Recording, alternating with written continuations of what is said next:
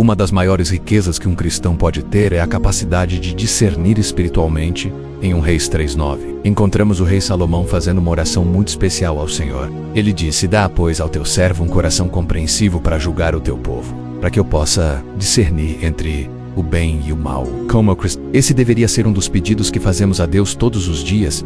Esse versículo revela um grande segredo para nós. Ele mostra uma vantagem espiritual que Deus disponibilizou aos seus filhos, mas que muitos ainda não aprenderam a usar.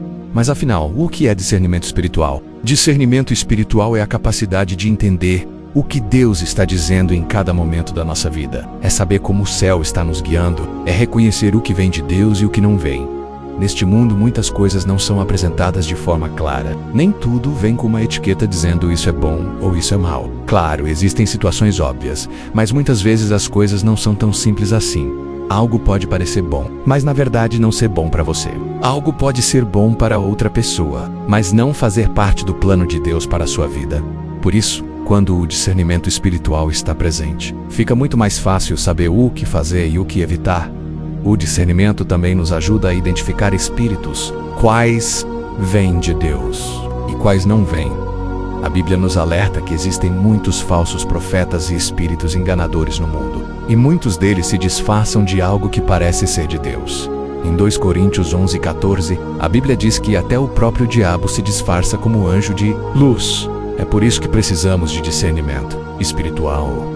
A capacidade de discernir é o começo da vitória na vida cristã. Vemos isso claramente na história de Salomão. No início do seu reinado, a Bíblia conta que ele foi até o grande altar em Gibeão para oferecer sacrifícios ao Senhor. Depois de oferecer aquele sacrifício, Deus apareceu a Salomão e lhe perguntou o que ele desejava. E entre todas as coisas que poderia pedir, riqueza, poder, vitória sobre inimigos, Salomão pediu apenas uma coisa: um coração sábio para discernir entre o bem e o mal. Essa capacidade fez toda a diferença em sua vida e o tornou um dos reis mais sábios que já existiram em Israel. Mais tarde, o apóstolo Paulo também falou sobre isso quando escreveu à igreja de Filipos, em Filipenses 1:9-10. Ele disse: esta é a minha oração, que o amor de vocês aumente cada vez mais em conhecimento e em toda percepção, para discernirem o que é melhor. O discernimento é uma das ferramentas que Deus nos deu para vivermos uma vida abençoada, equilibrada e cheia de propósito. Sem discernimento, a vida cristã se torna apenas algo comum, parecido com a vida de qualquer pessoa do mundo. Sem discernimento, não sabemos o que é melhor para nós. Não sabemos diferenciar claramente o bem do mal. Ficamos presos apenas ao natural, quando Deus está nos chamando para viver no sobrenatural. Por isso a Bíblia diz em Provérbios 3:5: confie no Senhor de todo o seu coração e não se apoie no seu próprio entendimento. Discernir é justamente isso. Confiar mais na direção de Deus do que na nossa própria lógica. Quando não temos discernimento espiritual, corremos o risco de tomar decisões erradas, de entrar em caminhos perigosos e de ignorar os alertas que Deus tenta nos dar. É escolher viver uma vida difícil, quando o céu já preparou algo muito melhor para nós. Um exemplo disso aparece no livro de Atos, capítulo 16. A Bíblia conta que uma jovem possessa por um espírito de adivinhação começou a seguir o apóstolo Paulo e seus companheiros, dizendo que eles eram servos do Deus Altíssimo. À primeira vista, aquilo parecia algo bom, mas Paulo, pelo discernimento espiritual, percebeu que aquele espírito não vinha de Deus, então ele repreendeu aquele espírito e libertou aquela jovem. Sem discernimento, seria muito fácil confundir aquela manifestação com algo espiritual, vindo do Deus. Por isso não podemos negligenciar esse dom. Assim como Salomão pediu discernimento, e assim como Paulo orou para que a igreja tivesse discernimento, nós também devemos pedir isso a Deus. A Bíblia também nos ensina como crescer nesse discernimento. Em Filipenses 1:9, Paulo diz que nosso amor deve crescer em conhecimento e entendimento. Ou seja, quanto mais crescemos no conhecimento de Deus, mais nosso discernimento espiritual se desenvolve.